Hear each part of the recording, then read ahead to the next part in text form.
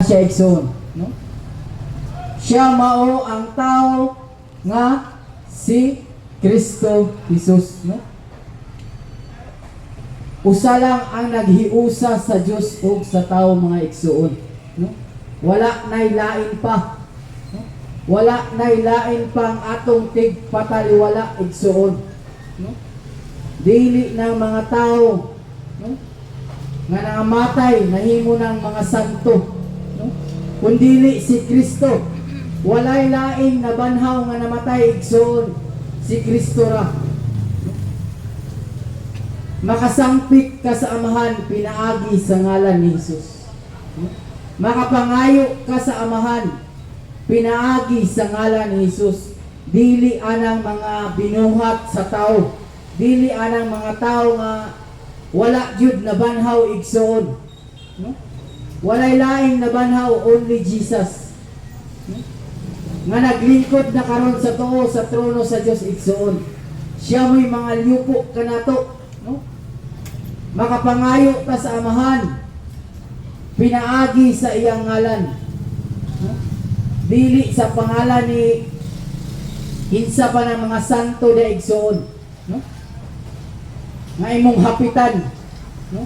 Dili naman na makadugog nimo, igsoon, kay patay naman na sila, tao ra man gihapon na sila, igsoon, no? Unsaon man na nila pagpangalyupo nimo nga patay naman na sila, no? Ingon pa ang pulong sa Ginoo nga ang patay wala nay kalabutan sa kalihukan dinhi sa kalibutan, no? Dili na ang atong tigpataliwala, igsoon, ang atong mediator, only Jesus Christ, no? Nagingon na diri sa pulong sa Ginoo, kay usa lamang ka Dios ug usa lamang ang naghiusa sa Dios ug sa mga tao. Siya mao ang tao nga si Kristo Jesus, no? Muna, igsoon, muna niingon si Jesus, no? I am the way, the truth, and the life, no? Si Kristo ang dalan nga makaadto ka sa Amahan. Dili si Maria, dili na si San, no? Si Kristo lamang, igsoon, no? Muna'y usa ka hinungdan, igsoon, nga ang imong mga pag-ampo hangtod karon wala pa nimo nadawat tungod kay mali ang imong pag-ampo. Muna, igsoon, muna timani nga makaduol ka sa Amahan, pinaagi sa ngalan ni Jesus. Makapangayo ka sa Amahan, pinaagi sa ngalan ni Jesus. Dili pinaagi sa ngalan ni Maria, pinaagi sa ngalan ni Jesus. Muna, igsoon, nga kinahanglan kang magbasa sa pulong sa Ginoo. Kaya ang pulong sa Ginoo mao kini kamatuoran, no? Nagingon ang pulong sa Ginoo diya sa Juan 17:17 nga ang pulong sa Dios mao kini ang kamatuoran, igsoon, no? Nga walay laing naghiusa sa Dios ug sa tao, only Jesus Christ, igsoon, no? Muna, unang Timoteo 2:5. Kung diskumpiyado ka, igsoon, basaha ang imong Biblia, no? Unang Timoteo 2:5. Ang kaluwasan makaplagan lamang diha kang Kristo, no? Dili anang mga tao nga nangamatay na nga nahimo ng santo, no? Ang kaluwasan makaplagan lamang diha kang Kristo, kay wala nay laing ngalan nga gihatag sa Amahan dinhi sa kalibutan, igsoon, nga maoy makaluwas kanato, only Jesus Christ. Muna, igsoon, nga kung wala kay basa-basa sa imong Biblia, igsoon, no? Malipat gyud ka. Pero kung magbasa ka sa pulong sa Ginoo, igsoon, no? Mahibalo ka sa kamatuoran, ug ang kamatuoran maghatag nimo kagawasan, igsoon, no? Muna, nga makaampo ka sa Amahan, pinaagi sa ngalan ni Jesus, no? Makapangayo ka sa Amahan kung unsay imong gusto ba kag negosyo, Gusto ba kag trabaho? Gusto ba kag asawa? Bana? No? Makapangayo ka sa amahan, pinaagi sa ngalan ni Jesus. No? Muna igsoon. Nga magbasa kita sa pulong sa Ginoo. Kaya mo hindi ka maturan. Yung ang pulong sa Ginoo diri sa hallelujah. Juan 16. Thank you Jesus. 23. Hallelujah. Salamat sa Ginoo. No? Juan 16 23 paingon sa 24, no? Si Kristo nagingon. Juan 16 23 paingon sa 24. Inig-abot niya tong adlaw, dili kamo makapangayo kanako, dili kamo mangayo kanako bisag unsa. Sultihan ko kamo. Ang amahan muhatag kaninyo bisan unsay inyong pangayoon kaniya, pinaagi sa akong ngalan. No? Kinsa ngalan igsoon? No? Kinsa ngalan imong dadon aron makapangayo ka sa atong amahan? Ang ngalan ni Jesus. No? Dili na mga ngalan sa mga tao nga nangamatay na nga nahimo ng santo. Dili si Maria. No? Kay tao ra gihapon na sila igsoon. Walay laing nabanhaw, only Jesus Christ nga naglingkod na sa tuo sa trono sa Dios. Siya mo'y mga liyopo samahan igsoon. No? Juan 16, 23, 24. Basaha ang imong Biblia igsoon. Hangtod, inginang sa 24. Hangtod karon wala pa kamo mangayo. Og bisag unsa pinaagi sa akong ngalan. Pangayo kamo og hatagan aron mahingpit ang inyong kalipay. No? Pangayo na igsoon. No? Basit ang imong pagpangayo sa una igsoon, lahi nga ngalan ang imong gihimong tigpataliwala. No? Karon igsoon pangayo na. Pinaagi sa ngalan ni Jesus. Pinaagi sa ngalan ni Jesus. Muna'y atong otoridad, isip, usa ka anak sa Dios ang paggamit sa ngalan ni Jesus igsoon. Muna, nga walay laing tigpataliwala, only Jesus Christ ra gyud igsoon. Muna'y atong timan-an igsoon. Nganong ang imong mga pag-ampo sa unang panahon wala gidungog basing lahi nga ngalan ng imong gidala igsoon. No? Basig ngalan sa tao igsoon ang imong gidala. No? Dili ang ngalan ni Jesus ang imong gidala sa imong pagpangayo sa Dios Amahan. No? Ingon diyo, ang amahan muhatag kaninyo bisag unsay inyong pangayoon. Pangayoon kanya pinaagi sa akong ngalan. No? Si Kristo ang nagsulti ani. Ang amahan daw kuno muhatag bisan unsay inyong pangayoon kaniya, pinaagi sa iyang ngalan. Muna igsoon. Muna kamatuoran igsoon nga angay natong mahibalan, hinumduman igsoon. Nga walay lain natong simbahon, walay lain natong alagaran, daygon pasidunggan igsoon, only Jesus Christ. Kay siya mo'y nagpakamatay dito sa cross aron mapasaylo ang atong mga sala. Pinaagi sa iyang dugo nga giula dito sa cross igsoon. Nahinluan ta sa tanan natong mga kalapasan. Dili ng mga tao nga nangamatay na nga nahimo ng santo. Sa unang panahon gigamit sila diri. Sama ka nato. Kung gusto kang magpagamit, gamiton ka sa Dios igsoon. Muna, Ay mga tao nga gamiton sa Dios aron masayod ka sa kamatuoran, mahibalo ka, mahitungod sa Dios igsoon.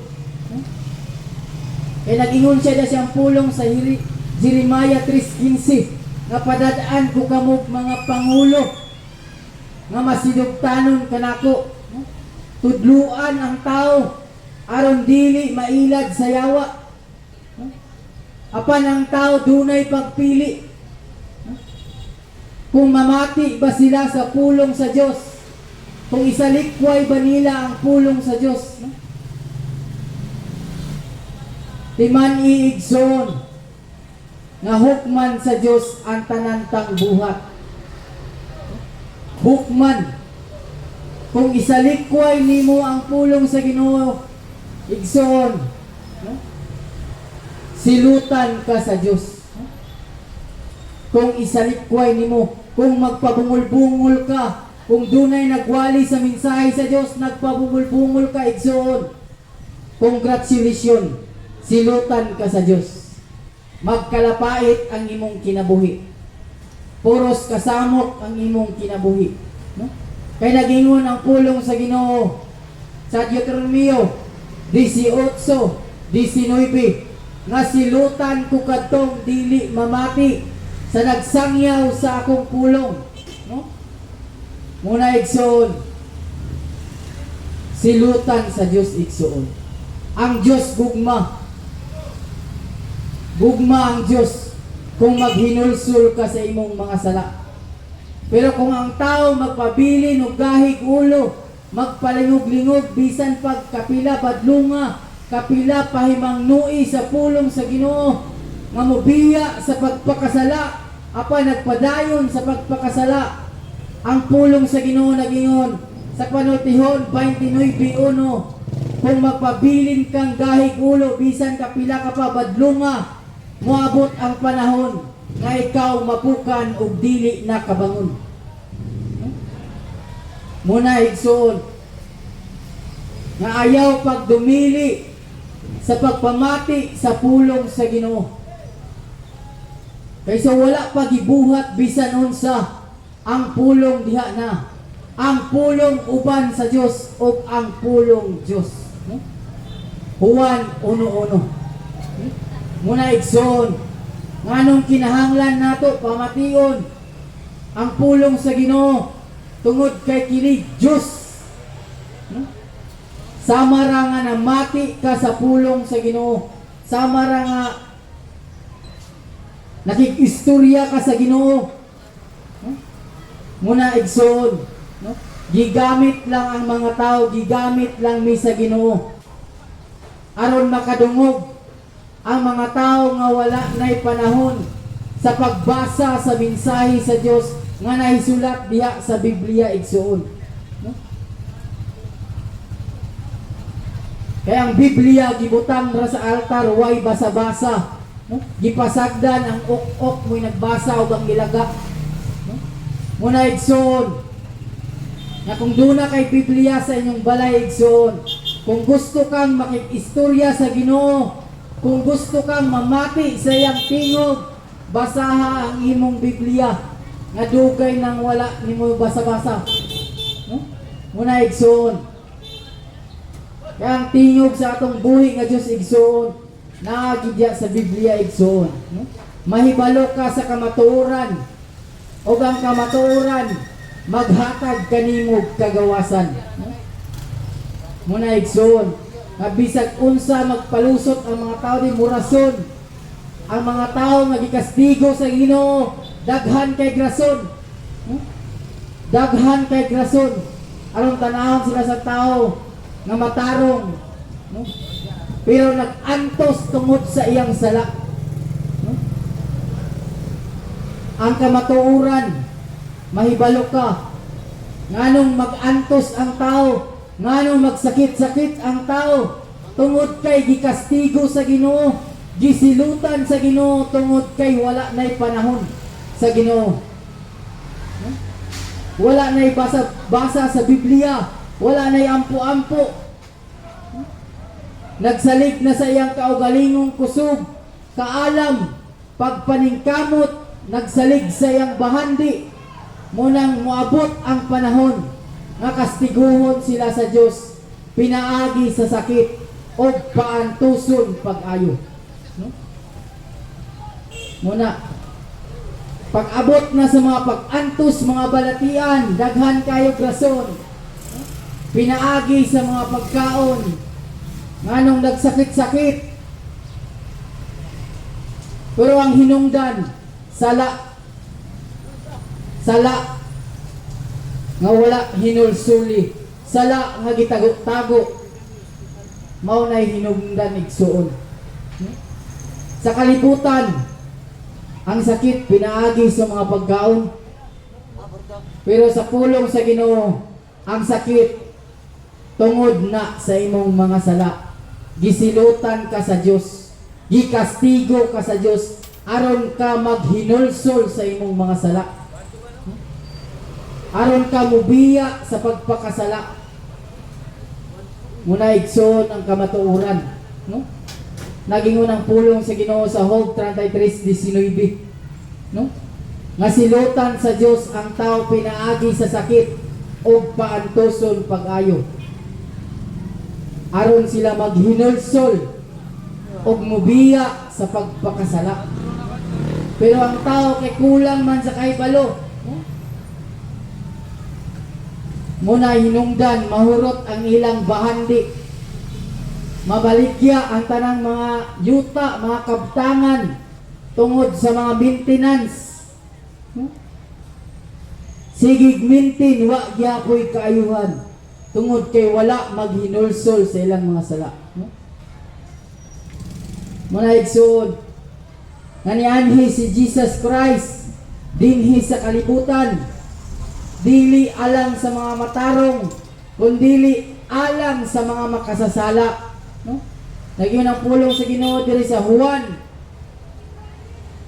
5:30 ay Lucas. Hallelujah. Thank you, Jesus.